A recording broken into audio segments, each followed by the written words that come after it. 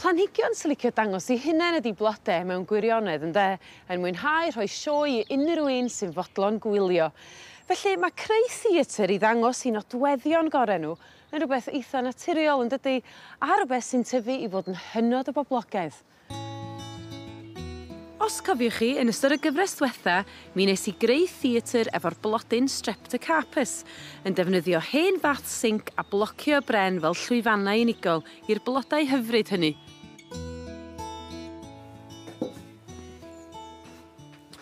O tro yma, dwi am wneud rhywbeth tebyg, ond gan ddefnyddio yr Auricula. A mae gennai yn fan hyn gasgliad o rw 9 ohonyn nhw, a mae bob un chydig bach yn wahanol. Mae yna rhai yn arogli yn fendigedig.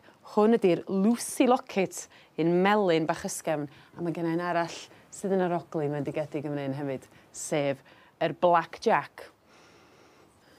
Rwan, dydy Auriculas ddim yn licio cael I traed yn wlyb o gwbl, felly dwi'n cymysgu yr compost a'r grit efo'i gilydd mwyn creu'r amodau maen nhw'n licio.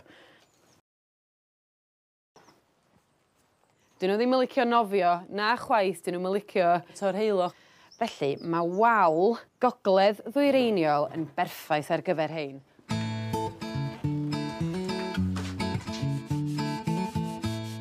Yn wahanol i'r hyn nes I y llynedd efo'r streptocarpus, nid hen fathiau sinc dwi'n ei ddefnyddio tro hwn, ond hen silffoedd wedi derbyn cot ffres o baent.